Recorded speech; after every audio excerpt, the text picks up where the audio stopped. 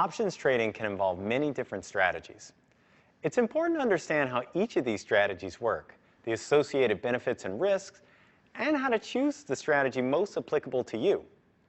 An added advantage of veteran traders is possessing a systematic thought process that guides them to choose specific option strategies. In this section, you'll learn how to identify the difference between a combination and a spread, define the risks associated with combinations and spreads, use multi-leg options to benefit from market moves, analyze the payoff benefits that spreads enable, assess the usefulness of probability through the lens of delta and time decay, and examine how options are used in the industry. So now let's talk about the difference between a combination and a spread. A combination, I want you just to think about combining both calls and puts.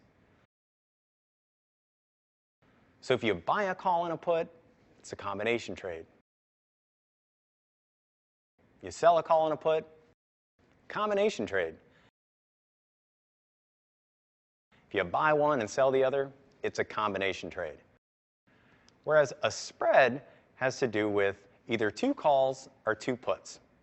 So for a spread to be a spread, you have to buy one option while simultaneously selling another option, all of the same options class, and they have to have different strikes. So think about that. Combination, you're combining both calls and puts. A spread, we're talking about two calls or we're talking about two puts. Now, you might be asking yourself, why do I need to know about spreads and combos? Just a lot of stuff. And the reason is because if you're going to evaluate a stock and its expected move, there's probably different strategies that you can implement, maybe with a spread or with a combination trade.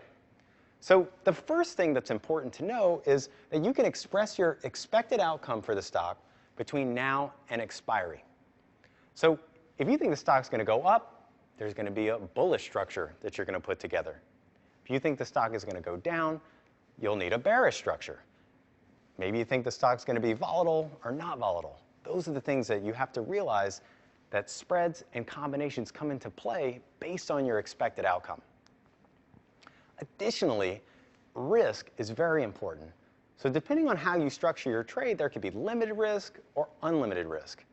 I love limited risk, and so should you. But again, we're going to break all of that down into all of our trade ideas that we get into and our strategies. But the thing to remember is the way you structure it is very, very important. Have a method. Now, also whenever we talk about spreads and combos, you have to realize that there's other types of strategies that you can implement. One could be that a stock is not going to be volatile. Believe it or not, you could have a bet that the stock isn't going to move that much, and you can profit off of that expectation. The other thing that you can do is you can make a calculated wager that the stock is volatile. Now, because of this, even if the stock moves up really largely or moves down abruptly, you can actually make a profit off of that trade. So betting on volatility, you don't care if the stock goes up a lot or down a lot. It's just that you know or you feel that the stock is going to be volatile.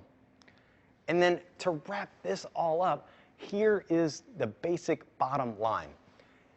Having spreads and combinations at your disposal, it gives you more flexibility than trading single options or stock alone, right? Because if you trade just stock alone, you can only bet that the stock's going to go up or it's going to go down. Same way if you do single legs with options.